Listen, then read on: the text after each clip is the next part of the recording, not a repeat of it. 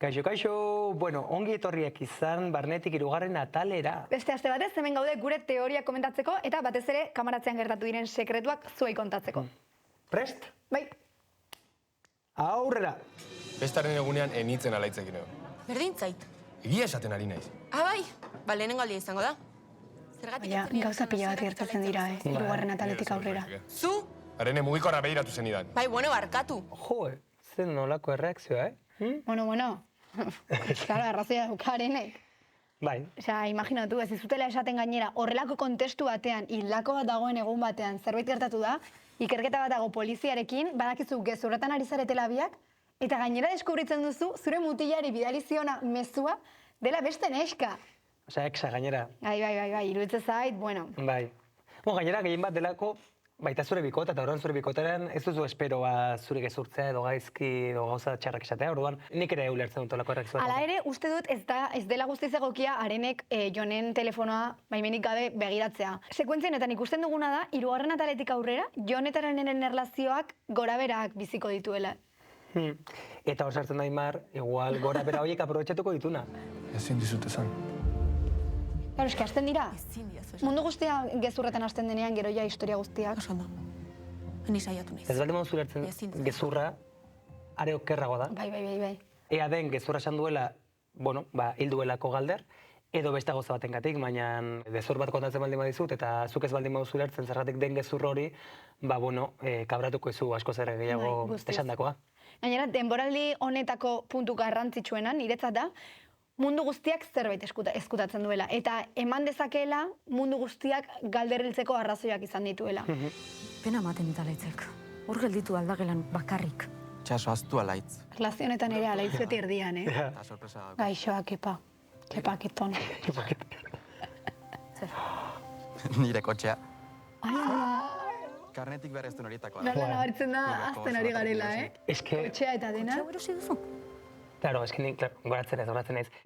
Kodenan grabatzen kanpoan, basatu zen rezintora kotxe batekin norbait, eta zen nik zen kotxeain txikitxoa eta hori ben zer da, eta ateratzen da, gaitzi, ez de kotxe hor da, osea, da zurea, Zaitze hor barruan, Eta bada persona jarena, eta txabal, ze farrak, hasi zen como giratzen, giratu barzun, baina madre mia. Egia da, denboraldirako gauza polita bat dela ikustea, pertsonaiak, evoluzionatu egin duela eta kotxea dukala baino grabatzeko, hau da marroi bate askotan, ze aktoreak grabatu behar duenean, zaitasuna da, ez dakit ugaitzen nola manejatu zen kotxearik. Nik uste superongi, zegoen nagoen ematen bueltak eta eman zen enbidia, mehan nagoen lan egiten orduan, enun gidatu.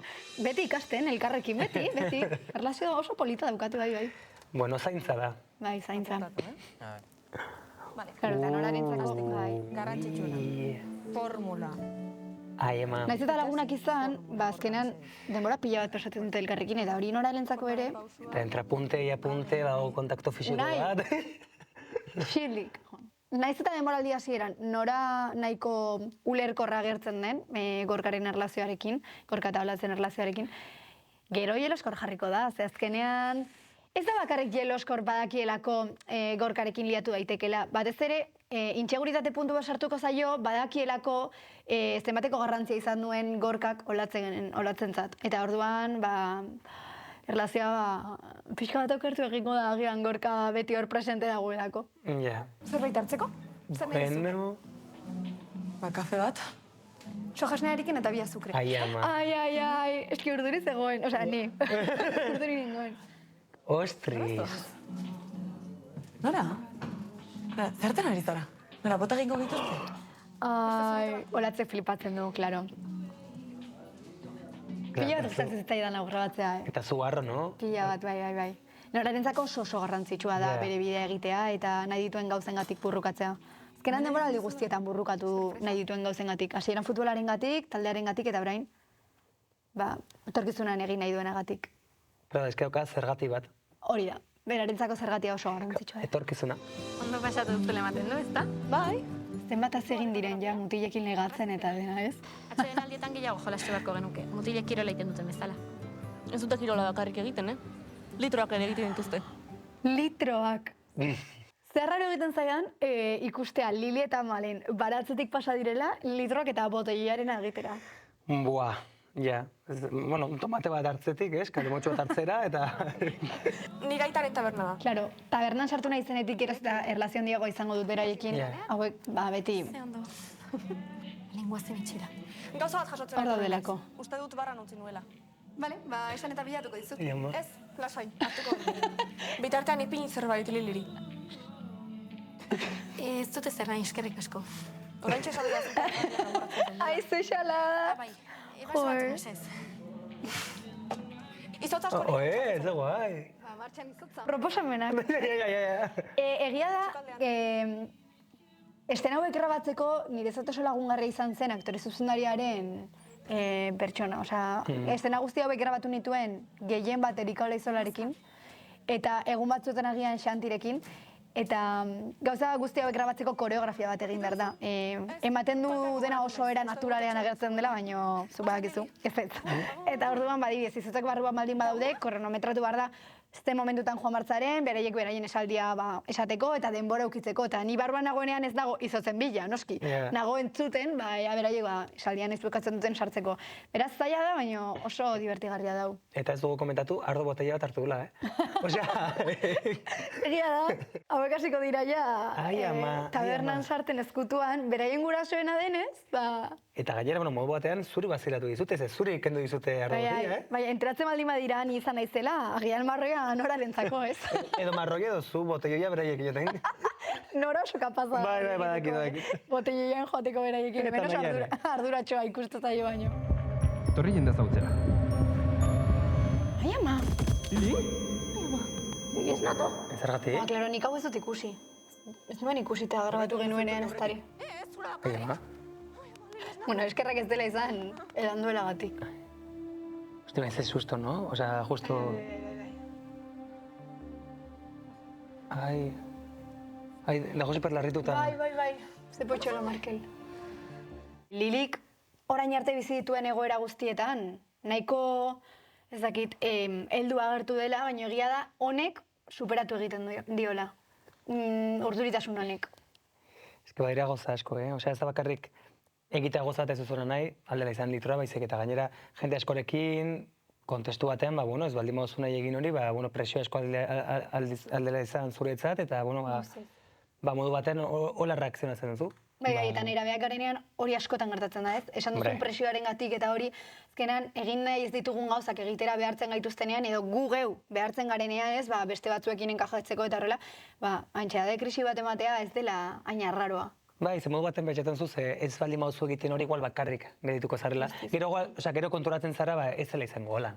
Baina momentuan bertan, denak egiten baldin badute, klaro, zuk ez baldin mauzu egiten, zu zara arraroa, eta arraroa dena, penaz eta tamalez, baina gizarte honetan, isolatua dago. Orduan, bakoitzak egite ditugolako gauzak, modu batan enkajatzeko, gizartean. Baina egia da, naiz eta Lilik lurrean bukatu antxedade krisiarekin, edan izan balu, agian okerrago bukatuko zuen. Ze azkenean adin horrekin ez duzunean kontrolatzen eta batez ere, edo zer gauza edaten duzunean, ematen dizutena, ez dakizula zer den, azkenean hori, gorputzaren zatazkoz okerragoa izan daiteke.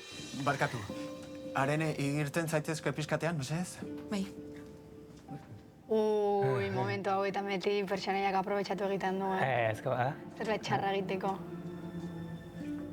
Zer gertatzen da? Claro. Baldakizun orden. Boa! Eta orain Arene sartuko da, eta badakin hortzaren. A ber? Boa, txabal. Hau kapitula maiera izan behar da, ez? Claro, zenen konturatzen. Boa! Hemen irkitzutu. Zer nervio. Ai, ama! Ai, ada. Eta irekiko duzu jonen mezua. Aimar? Gauza behago bat ingo. Gelako lagun bat? Aimar gelako lagun bat. Egia guztia kontatzeko pres nago.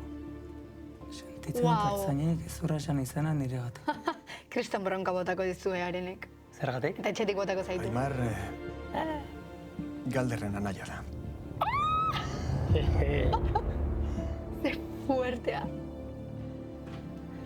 Pero guretzako superobia izan da hasieratik, baino... A ver. Den ondo? Hombre! No. Benetan hor bukatzen dela? Iruditzen zaitau lehenengo atara baino askoz fuerteago nola bukatzen den. Boa, txabal, ikusiko duzu nora ere enteratzen denean. No, bai, Zaitut eta- goratzen ez bai. Gainera ze zaila ere suarentzat, interpretazio aldetik hori egitea, ze momentu hori arte zurekin erlazio bat osatu du, eta ezakit, gertutasun bat zeukan, eta hemendik aurrera batean, erlazio guztia aldatu egin behar da, eta nik uste dut gainera disimulatu egin behar duela, eta orduan hori ere aktore bezala, ez? Ze zaila batean erlazio hori aldatzea egun batetik bestera. Bai. Nik uste ere bakoitza ditugula, personaje bakoitza ditugula gezurrak. Orduan, bueno, horrek ere egiten du aldatu erlazioa modu batean. Baina, egia da orain arte, agian maltzurrak izan diren pertsonaia batzuk egon direla, Nora, Laitz, Galder, baina Arene nahiko zeintzoa izan da. Ja, bai. Eta, bai, nahiko humila, eta orduan orain bapatean, Galderrenarekin gertatu zitzaiona eta gero, zurekin hau gertatzea izango da hemendik aurrera, berarentzako oso fuertea. Bueno, ikusi beharko dutena. Eta ikusi beharko duzu zer gertatzen den, eta orain arte, kalean jatorri baldin bazara ikusiko duzu hemendik aurrera zer izango zaren, ikusleentzat. Are jatorragoa. Bai. Ona, ikusi beharko duzu datorren atala. Bai. Gu berriro itzuriko gara zerbait komentatzera. Aio! Agur!